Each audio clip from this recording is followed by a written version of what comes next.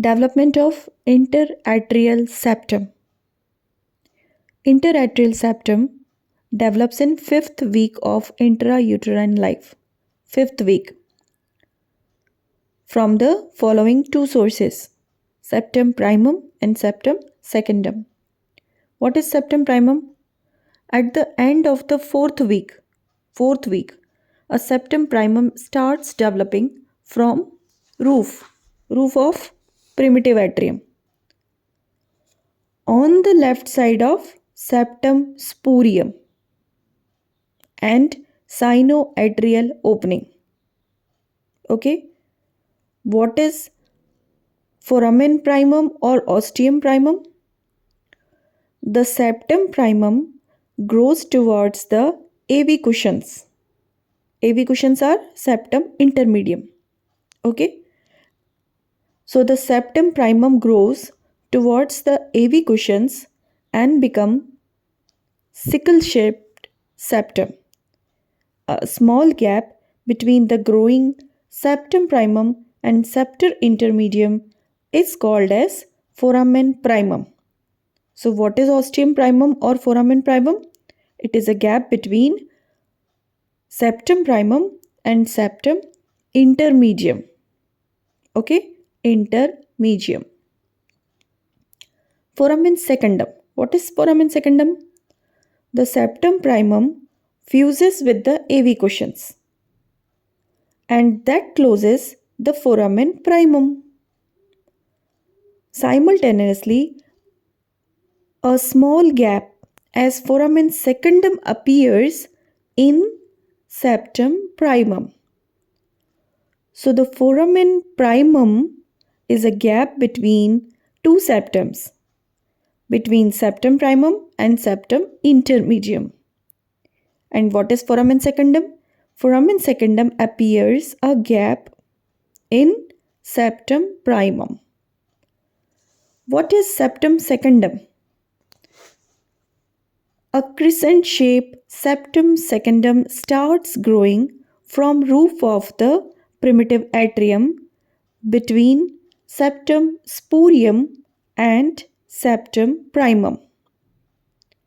So the septum secundum exact location is between two septums, septum spurium and septum primum. Now, what is foramen ovale? The septum secundum grows towards the septum intermedium and develops foramen secundum.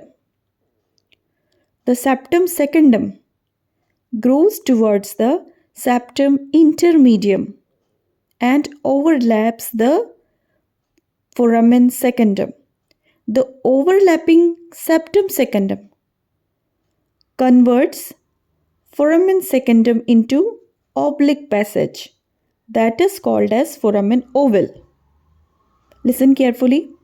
The overlapping septum secundum converts the foramen secundum into oblique passage that is foramen ovale. After the birth, foramen ovale obliterates and is represented as a depression that is fossa ovalis. Okay. The lower free margin of septum secundum. Now we are talking about the septum secundum lower free margin. It forms annulus ovalis. What is the function of foramen ovale? Foramen ovale is converted into a valve. Okay, by a position of thick flap of septum secundum over thin flap of septum primum. So the foramen ovale is between septum secundum and septum primum.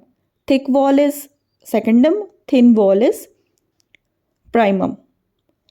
This valve allows transmission of blood from right atrium to left atrium, but blood cannot re-enter the right atrium. So blood flow from right to left atrium.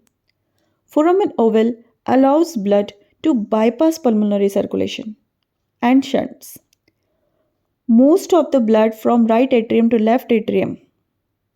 Okay.